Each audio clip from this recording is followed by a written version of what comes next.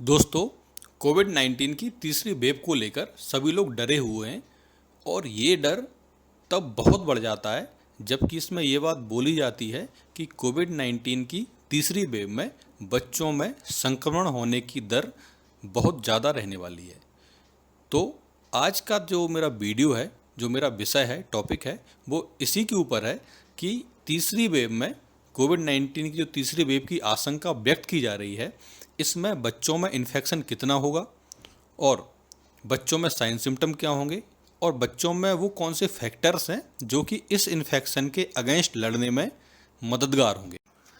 सबसे पहले हम बात करते हैं इन्फेक्टिविटी की, यानी कि संक्रमण दर। बच्चों में संक्रमण किस दर से पहले की वेव में हुआ है, यानी कि कोविड की फर्स्ट वेव में और सेकेंड वेव में हुआ है, और कितनी आशंका थर्ड वेव में जताई जा रही है।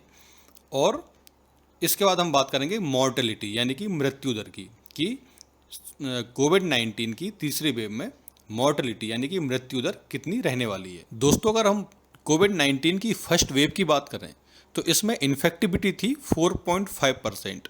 ये वो परसेंटेज है जो 18 साल से नीचे की जो जनसंख्या थी उसका 4.5% बच्चे प्रभावित हुए थे फर्स्ट वेव में, यानी कि इतने बच्चे जिनको कि संक्रमण हुआ था।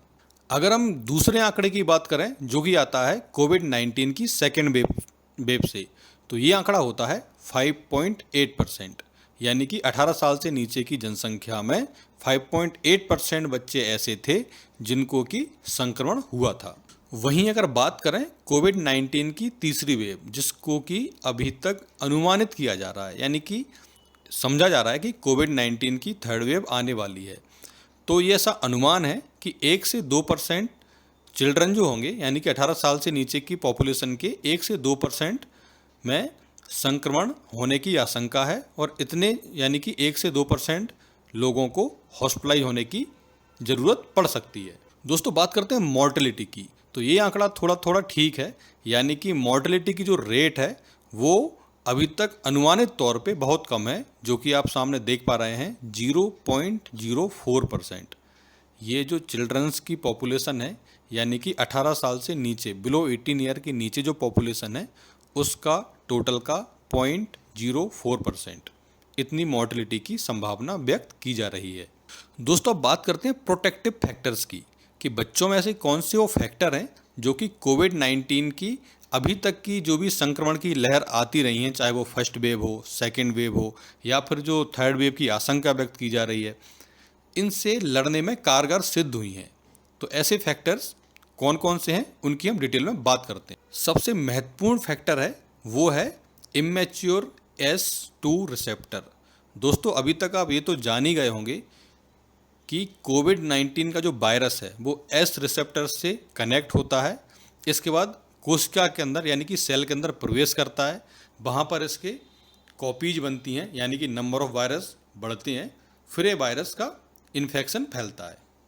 बच्चों के केस में अगर हम बात करें तो S2 रिसेप्टर इमेच्योर होता है, यानी कि अभी तक पूरी तरह से मैच्योर नहीं होता। जब रिसेप्टर ही इमेच्योर है तो उसकी जो बंधुता है वायरस से वो कम होगी, और वायरस जब उससे कनेक्ट ही नहीं होगा, बाइंड ही नहीं होगा, तो उसकी सेल के अंदर एंट्री नहीं होगी, और एंट्री नहीं होगी तो उसकी इन्फेक्शन की जो रेट है वो या तो होगी नहीं, और होगी भी तो बहुत कम होगी। दूसरा अहम फैक्टर है, प्रोटेक्टिव फैक्टर है, वो है इम्यूनिटी, यानी कि प्रतिरोधक क्षमता।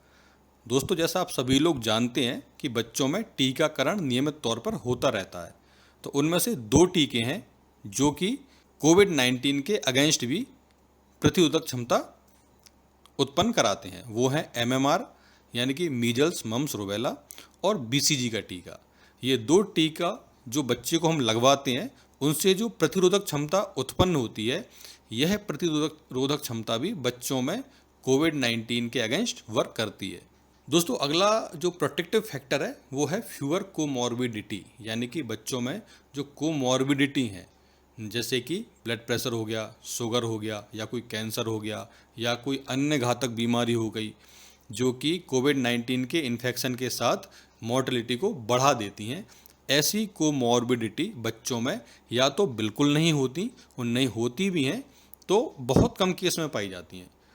तो ये फैक्टर भी बच्चों में इन्फेक्टिविटी को और मॉर्टेलिटी को कम करने में कारगर सिद्ध हो रहा है। दोस्तों, अगर हम बात करें लंग्स की, तो बच्चों के केस में लंग्स बहुत हेल्दी होते हैं।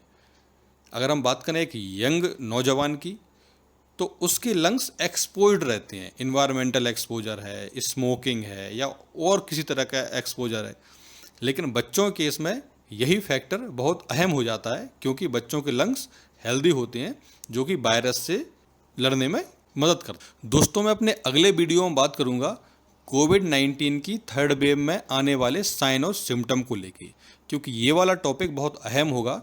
इसमें यानी कि कोविड-19 की तीसरी वेव में कुछ साइन सिम्टम ऐसे हैं जो पिछली 2 वेव से अलग देखने को मिल सकते हैं। मैं अगले वीडियो में आपसे कोविड-19 थर्ड वेव की साइन एंड सिम्टम पे बात करूंगा।